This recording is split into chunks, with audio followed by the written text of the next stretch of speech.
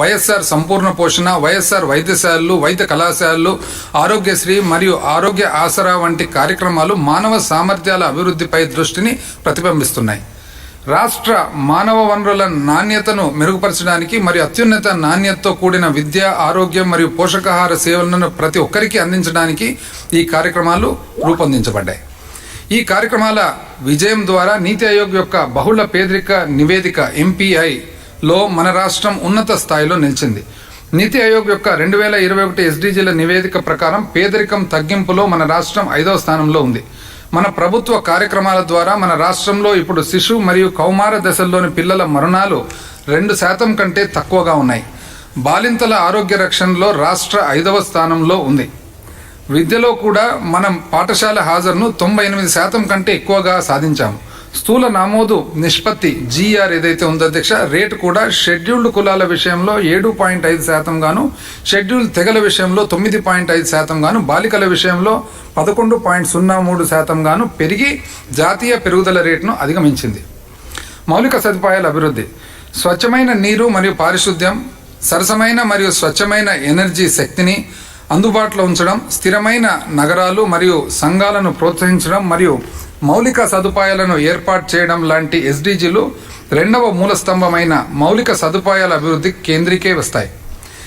నాడు నేడు కార్యక్రమాలు, కొత్త వైద్య కళాశాలలు కల్పన, వైఎస్ఆర్ జలయజ్ఞం, వైఎస్ఆర్ జలకళ, రహదారుల అభివృద్ధి, కొత్త ఓడరేవులు మరియు నౌకాశ్రయాల ఏర్పాటు, వ్యవసాయం మరియు పాడి పరిశ్రమల్లో మార్కెట్ మౌలిక సదుపాయాల కల్పన, ఫైబర్ నెట్ మరియు పట్టణ మౌలిక సదుపాయాల ప్రాజెక్టుల ద్వారా సమాజ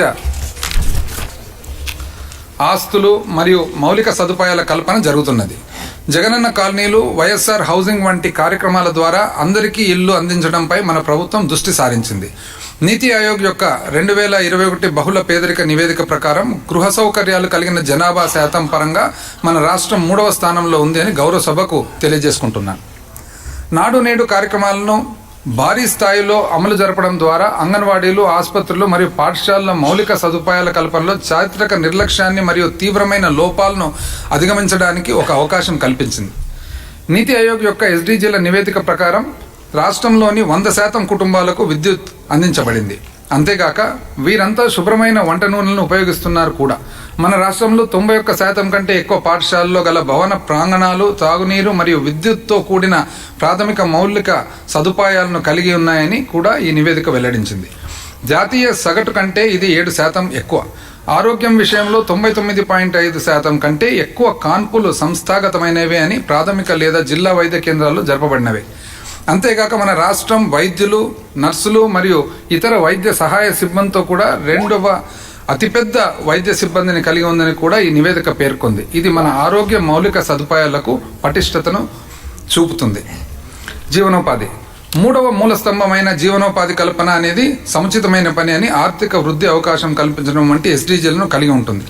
జీవనోపాధిలో వ్యవసాయం మరియు పాడి పరిశ్రమ యొక్క ప్రాముఖ్యతను మన ప్రభుత్వం గుర్తిస్తూ వెనుకబడిన మరియు పురోగామి అనుసంధానాలను ప్రోత్సహించే సమగ్ర కార్యక్రమాలను ఆమోదించి అమలుపరుస్తుంది. వైఎస్ఆర్ రైతు భరోసా, వైఎస్ఆర్ మత్స్యకార భరోసా, రైతు భరోసా కేంద్రాలు, వైఎస్ఆర్ జలకళ, ధరల స్థిరీకరణ నిధి, గోదాములు, వైఎస్ఆర్ అగ్రి టెస్టింగ్ ల్యాబ్లు, ప్రాథమిక మరియు ద్వితీయ ప్రాసెసింగ్ సౌకర్యాలు మరియు అధిక మొత్తంలో పాల శీతలీకరణ కేంద్రాలు మరియు ఆక్వా రైతులను విద్యుత్ రాయితీ వంటి వివిధ పథకాల ద్వారా 62% జనాభాకు జీవనోపాధిని అందించే వ్యవసాయ రంగాన్ని మన ప్రభుత్వం సమగ్ర దృష్టితో అమలు చేస్తుంది. అమలుతో భాగస్వామ్యం పాడి పరిశ్రమకు ప్రాధాన్యత ఇచ్చిన అనుబంధ గ్రామీణ ఆదాయాలకు ఒక ముఖ్యమైన వనరుగా మార్చడానికి ప్రయత్నిస్తుంది. 5వ SDG అయిన లింగ సమానత్వం తక్కువ మహిళా శ్రామిక శక్తి భాగస్వామ్యంతో కూడిన చారిత్రాత్మక లింగ అసమానతలను సరిదిద్దవలసిన ఆవశ్యకతను సూచిస్తుంది. ఈ రెండింటినీ అనగా మహిళా సామాజిక ఆర్థిక సాధికారత మరియు వ్యక్తిగత గౌరవంతో కూడిన కుటుంబ ఉన్నతిని తీసుకువస్తుందని నమ్మకానికి మన ప్రభుత్వం గట్టిగా కట్టుబడి ఉంది. మన ప్రభుత్వం యొక్క వైఎస్ఆర్ ఆసరా మరియు వైఎస్ఆర్ చేయూత కార్యక్రమాలు మరియు స్వయం సహాయక బృందాలలోని మహిళలకు స్థిరమైన జీవనోపాధిని కల్పించడానికి మూలధనాన్ని సమకూర్చడంలో ముందుంటాయి. తద్వారా మహిళల శ్రామిక శక్తి భాగస్వామ్యాన్ని ప్రస్తుతం ఉన్న 35.5% కంటే తప్పకుండా పెంచుతాయి కూడా. చివరిగా వైఎస్ఆర్ ఈబీసీ నేస్తం, వైఎస్ఆర్ నేతన్న నేస్తం, వైఎస్ఆర్ వాహనమిత్ర, జగనన్న తోడు, జగనన్న చేదోడు మరియు వైఎస్ఆర్ లా నేస్తం కార్యక్రమాలు నిర్దిష్ట వృత్తి వర్గాలకు జీవనోపాధిని అందిస్తాయి. డిజిటల్ మరియు రవాణా వ్యవస్థల అనుసంధానం అనేది ఆర్థిక వృద్ధికి పునాదిగా ఉంటుంది. భారత ప్రభుత్వం మద్దతుతో రహదారుల నిర్మాణం మరియు గ్రామాలకు ఆప్టికల్ ఫైబర్ కేబుళ్లను అందుబాటులోకి తీసుకువెళ్లడం కోసం మన ప్రభుత్వం భారీ కార్యక్రమాలు ప్రారంభించింది. సామాజిక భద్రత 4వ మరియు చివరి మూలస్తంభం సామాజిక భద్రత. ఇది అసమానతలను తగ్గించడం మరియు ఆకలిని పేదరికాన్ని నిర్మూలించడం అనే ఎస్డీజీలను కలిగి ఉంటుంది. చివరి మూలస్తంభమైన సామాజిక భద్రతలోని భాగమైన వైఎస్ఆర్ పెన్షన్ కానుక కింద వివిధ అణగారిని మరియు బలహీన వర్గాలను మన ప్రభుత్వం విస్తృతమైన సామాజిక భద్రతా కార్యక్రమాన్ని నిర్వహిస్తుంది. దాదాపు 61.74 లక్షల మంది పెన్షన్దారులను నెలకు 2,500 రూపాయల చొప్పున పెన్షన్ అందిస్తుంది. ఇది వృద్ధాప్య పెన్షన్దారులకు, వితంతువులకు, కల్లుగీత కార్మికులకు, చేనేత కార్మికులకు, ఒంటరి మహిళలకు, మత్స్యకారులకు, ఈఆర్టీ చికిత్స తీసుకునే హెచ్ఐవి వ్యాధిగ్రస్తులకు మరియు సాంప్రదాయ చెప్పులు కుట్టే వారికి అందించే అత్యంత ప్రగతిశీల భద్రతా కార్యక్రమం. అంతేకాకుండా వికలాంగుల, ట్రాన్స్జెండర్, డప్పు కళాకారులు మరియు దీర్ఘకాలిక మూత్రపిండ వ్యాధులతో బాధపడుతున్న వ్యక్తులు గౌరవప్రదమైన జీవితానికి భరోసా ఇవ్వడానికి మెరుగైన పెన్షన్లను కూడా మన ప్రభుత్వం అందిస్తుంది. ప్రపంచ బ్యాంకు మరియు అభిజిత్ బెనర్జీ మరియు ఎస్థెర్ డుఫ్లో వంటి ప్రఖ్యాత ఆర్థికవేత్తలు సూచించిన విధంగానే కరోనా మహమ్మారి సమయంలో కూడా మన ప్రభుత్వం రాష్ట్ర పేదలకు నగదు బదిలీలను అందించింది. ఈ నగదు బదిలీల విధానం అర్థవంతమైన ప్రభావాన్ని చూపే స్థాయిలో జరిగింది. అంతేగాక ప్రజలు వారి జీవనోపాధిని కోల్పోయే సమయంలో మరింత పేదరికంలోకి వెళ్లిపోకుండా ఈ పథకం నిరోధించగలిగింది. రాష్ట్రంలో 4 మూల స్తంభాల అమలు. ఈ 4 మూల స్తంభాల లక్ష్య సాధనకు వివిధ పథకాలను అమలు చేయడం మరియు సుపరిపాలన అందించడం ద్వారా మన ప్రభుత్వం మద్దతు ఇచ్చింది. చాలా సంవత్సరాలుగా మానవ వనరుల కొరతను వివిధ శాఖలు ఎదుర్కొంటున్నాయి. మన ప్రభుత్వము ఉద్యోగాల భర్తీ క్యాలెండర్ను విడుదల చేయడం మరియు పారదర్శక నియామకం ద్వారా ప్రక్రియలు ద్వారా ఖాళీగా ఉన్న ఉద్యోగాల భర్తీకి భారీ నియామకం చేపట్టింది. గ్రామ మరియు వార్డు సచివాలయాలు మరియు ఇటీవల ప్రారంభించిన ఆంధ్రప్రదేశ్ సేవా పోర్టల్ 2.0 ద్వారా పాలనను ప్రజల ఇంటి వద్దకు తీసుకెళ్లడంలో దేశంలోని అన్ని రాష్ట్రాల్లో మన రాష్ట్రం ప్రత్యేక స్థానం పొందింది. మన ప్రభుత్వం ముందుగా ప్రకటించిన వార్షిక క్యాలెండర్ ఆధారంగా ప్రత్యక్ష ప్రయోజనాల బదిలీపై దృష్టి సారించింది. వివిధ ప్రభుత్వ ప్రయోజనాలను సకాలంలో అందజేయడంలోనూ లోటుపాట్లను తొలగిస్తుంది. జనాభాలో సగం మంది మహిళలు ఉన్నారనే వాస్తవాన్ని అంగీకరిస్తూ సామాజిక అభివృద్ధిలో మరియు ఇళ్లలో వారికి కీలక పాత్రను దృష్టిలో ఉంచుకొని మన ప్రభుత్వం కార్యక్రమాలు మరియు పథకాలను బాలికలు మరియు మహిళలను ప్రాధాన్యత ఇవ్వడానికి లక్ష్యంగా చేసుకొని రూపొందించడం జరిగింది.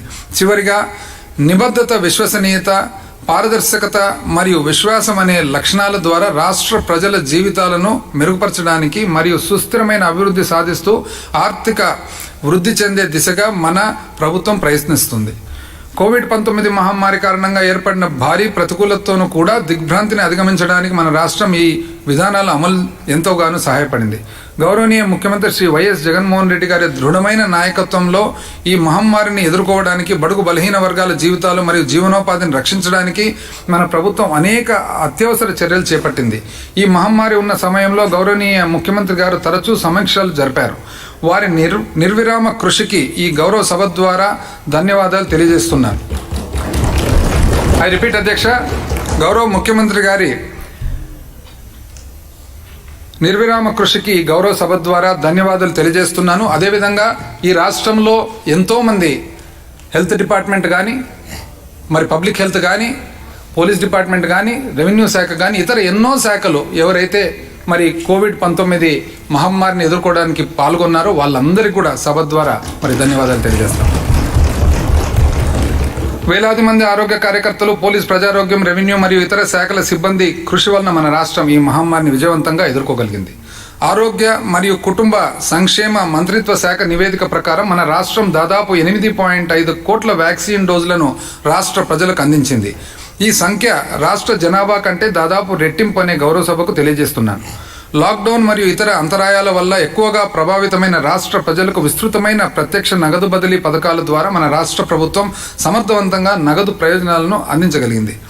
నవరత్నాలు మరియు మేనిఫెస్టోలో సూచించిన ఇతర పథకాల అమలు ద్వారా ఎస్డీజీలను సాధించాలనే తపన మరియు అలుపెరుగని కృషిని మన రాష్ట్రాన్ని శ్రేయస్సు మార్గంలో ఉంచాయి.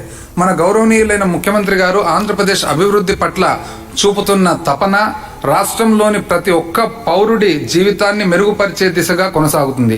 ఈ క్రింది సూక్తులు మన గౌరవనీయ ముఖ్యమంత్రి గారి స్వభావాన్ని తెలియజేస్తాయి.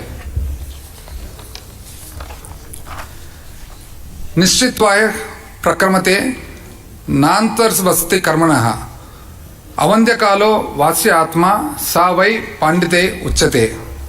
ఈ శ్లోకానికి అర్థం ఏమిటంటే అధ్యక్ష, ఎవరైతే ఒక సంకల్పానికి ముందు దృఢ నిబద్ధతను కలిగి ఉంటారో, ఎవరైతే అవిశ్రాంతంగా తమ కర్తవ్యాన్ని నిర్వహిస్తారో, ఎవరైతే తమ విలువైన సమయాన్ని వృధా చేయరో ఆ వ్యక్తి మన మీద నియంత్రణ కలిగి ఉంటారు. ఐ రిపీట్ అధ్యక్ష, ఎవరైతే ఒక సంకల్పానికి ముందు దృఢ నిబద్ధతను కలిగి ఉంటారో, ఎవరైతే అవిశ్రాంతంగా తమ కర్తవ్యాన్ని నిర్వహిస్తారో, ఎవరైతే తమ విలువైన సమయాన్ని వృధా చేయరో ఆ వ్యక్తి మనసు మీద నియంత్రణ కలిగి ఉంటుంది. అదే వ్యక్తి మన గౌరవ ముఖ్యమంత్రి గారు చెప్పి ఈరోజు 2022-23 ఆర్థిక సంవత్సరానికి గాను ప్రతిపాదించిన బడ్జెట్ కేటాయింపులను సభ అనుమతికై సమర్పిస్తున్నాను. వ్యవసాయం కేవలము ఆహార ఉత్పత్తి చేసే కార్యకలాపం మాత్రమే కాదు, మన జనాభా 62% మంది జీవనోపాధిని, భద్రతను, వెన్నెముక మరియు పర్యావరణంలో మానవునికి అనుబంధానికి నిదర్శనంగా నిలిచి ఉంది. అందువలన ఇది 3వ మరియు 4వ మూల స్తంభాలకు మరియు ఎస్డీజీల సాకారానికి ముఖ్యమైనది. మన సమాజంలోని రైతులు ప్రధాన పాత్రను తెలియజేయడానికి మహాకవి శ్రీశ్రీ గారి వాక్యాల్లో అధ్యక్ష, శ్రీశ్రీ గారు అధ్యక్ష అందరికీ ఆంధ్ర రాష్ట్రంలో, 2 తెలుగు రాష్ట్రంలో మరి దక్షిణ భారతంలో కూడా ప్రతి ఒక్కరికి కూడా తెలిసిన గొప్ప కవి. తన గొప్ప పుస్తకం అధ్యక్ష మహాప్రస్థానం ఏదైతే తన పద్యాల సంకలనం ఉందో, మరి ఇది భారతదేశ వ్యాప్తంగా one of the greatest literary efforts అని చెప్పి ఈరోజు గుర్తించబడింది అధ్యక్ష. మరి శ్రీశ్రీ గారి ఎన్నో పద్యాలలో ఒక ముఖ్యమైన జగన్నాథుని రథచక్ర, శ్రీశ్రీ సామాజిక అన్యాయాలని చెప్పి కొంతమంది బాధపడుతున్నారు, వాళ్ళకి చెప్పడం అధ్యక్ష అండి, మరి జగన్నాథ చక్రాలు వస్తున్నాయి, మరి వచ్చిన తర్వాత మీ కళలన్నీ కూడా తీరుస్తాయని చెప్పేసి ఈ జగన్నాథ రథచక్రాలు అనే పాట దాదాపు మనం 5 సంవత్సరాల పాటు ఈ పాట మీదనే మనము మరి ఎన్నో ప్రజలకు సంబంధించిన మరి సామాజిక న్యాయం అందించాలనే ఒక ఆలోచన కలిగిందని చెప్పి ఒకసారి సభకు గుర్తు చేస్తా ఉన్నాను అధ్యక్ష. శ్రీశ్రీ గారి వాక్యాల్లో అధ్యక్ష, పొలాలనన్నీ హలాలు దున్ని ఇలాతలంలో హేమంగా పిండగా జగనికంతా సౌఖ్యం నిండగా, రైతే దేశానికి వెన్నెముక. ఈ కారణంగానే దివంగత ముఖ్యమంత్రి డాక్టర్ వైఎస్ రాజశేఖర రెడ్డి గారు రైతు పక్షపాత ధోరణి వారసత్వంగా మన ప్రభుత్వం కొనసాగిస్తుంది.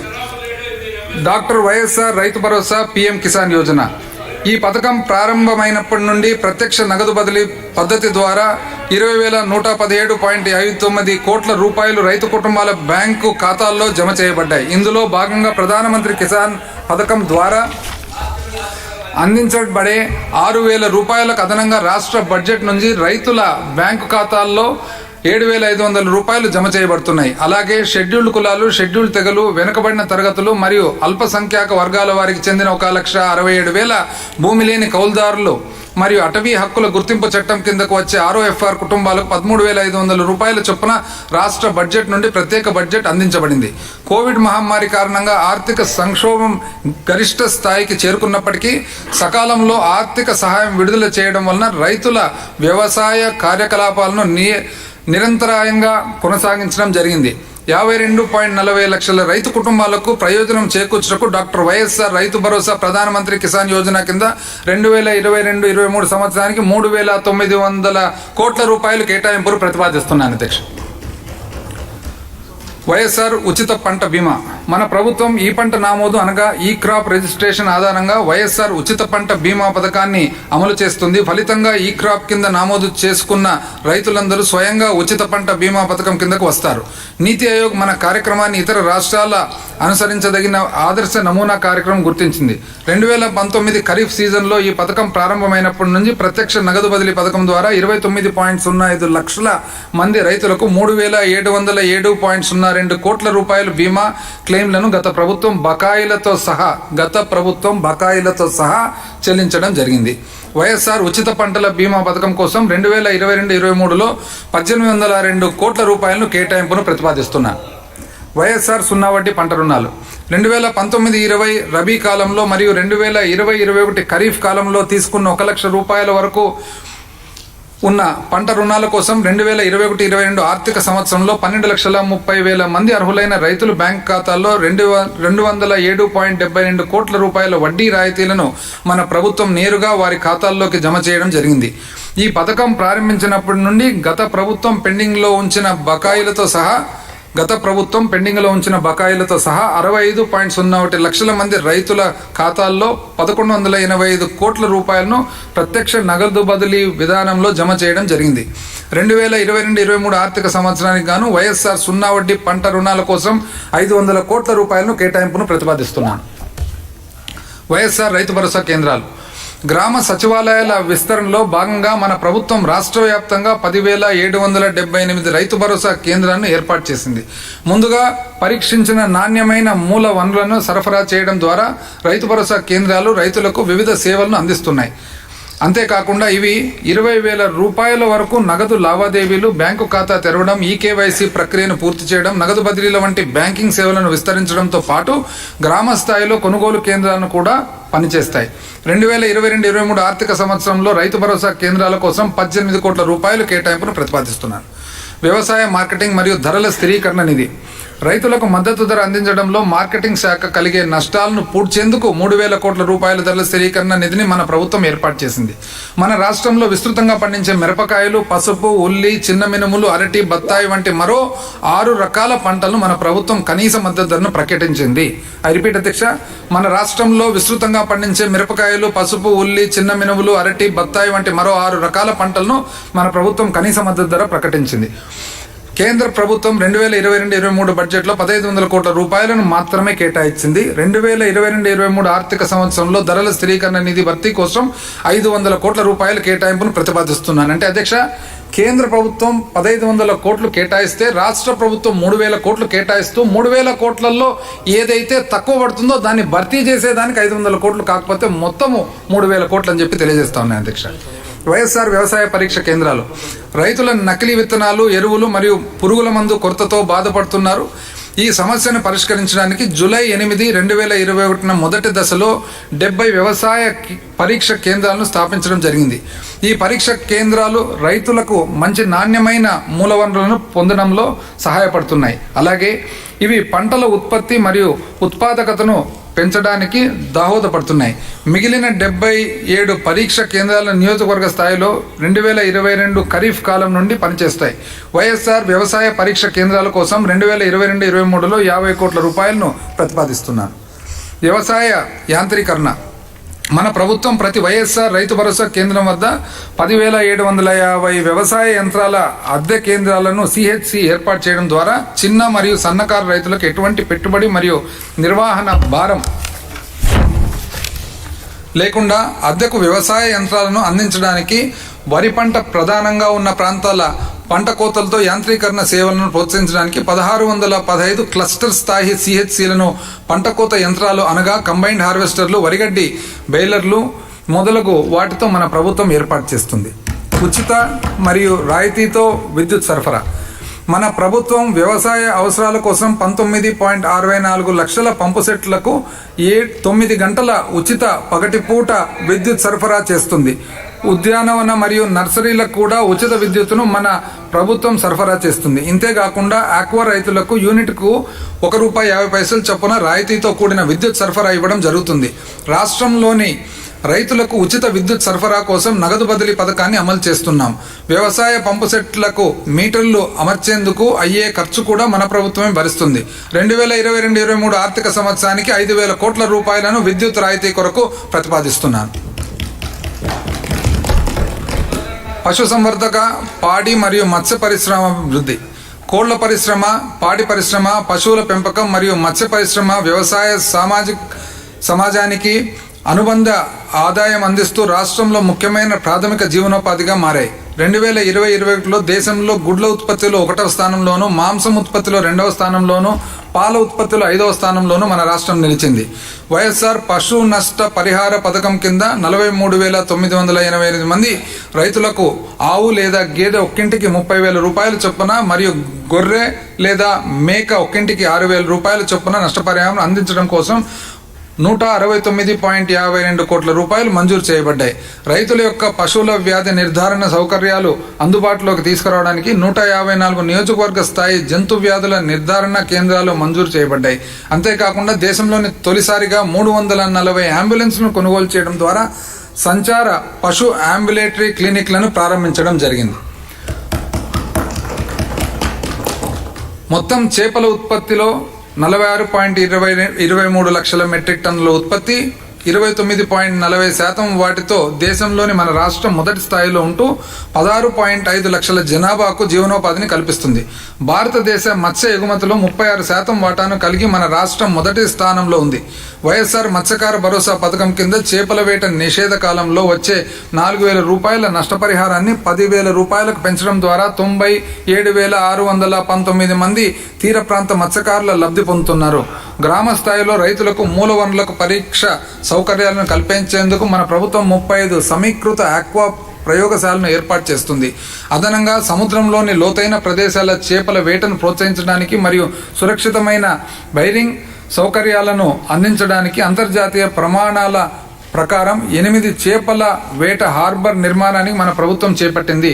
2022-23లో పశుసంవర్ధక, పాడి పరిశ్రమ అభివృద్ధి మరియు మత్స్య శాఖకు 1,568.83 కోట్ల రూపాయల కేటాయింపును ప్రతిపాదిస్తున్నాను. ప్రజా పంపిణీ వ్యవస్థ. మన ప్రభుత్వం ప్రజా పంపిణీ వ్యవస్థ పీడీఎస్ కింద పౌరుల ఇంటి వద్దకే అవసరమైన వస్తువులను పంపిణీ చేస్తుంది. 1.5 కోట్ల మంది రేషన్ కార్డు లబ్ధిదారులందరికీ పారదర్శకమైన తిరిగి వేలం వేసే ప్రక్రియ ద్వారా కొనుగోలు చేయబడిన 9,260 సంచార పంపిణీ యూనిట్ల ద్వారా నిత్యావసర వస్తువుల పంపిణీ చేయడం జరుగుతుంది. షెడ్యూల్ కులాలు, షెడ్యూల్ తెగలు, వెనుకబడిన తరగతులు మరియు అల్పసంఖ్యాక వర్గాలకు చెందిన యువత ఈ సంచార పంపిణీ యూనిట్లను నిర్వహిస్తున్నారు.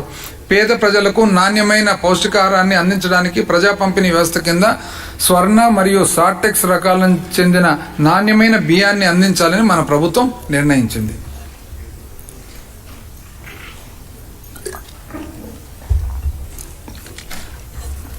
ఆరోగ్యం మరియు పోషకాహారం.